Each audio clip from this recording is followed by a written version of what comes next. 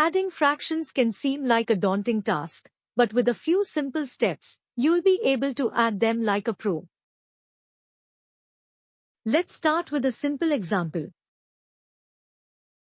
The first step is to find a common denominator. To find the common denominator, we need to find the least common multiple, LCM, of the two denominators. To do this, we multiply the numerator and denominator of a quarter by 3 and the numerator and denominator of 1/3 by 4. This gives us 3/12 and 4/12.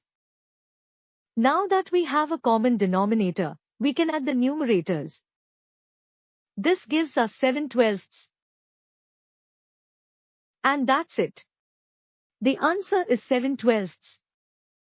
Remember, the key to adding fractions is finding a common denominator and adding the numerators. Keep practicing and you'll be adding fractions like a pro in no time.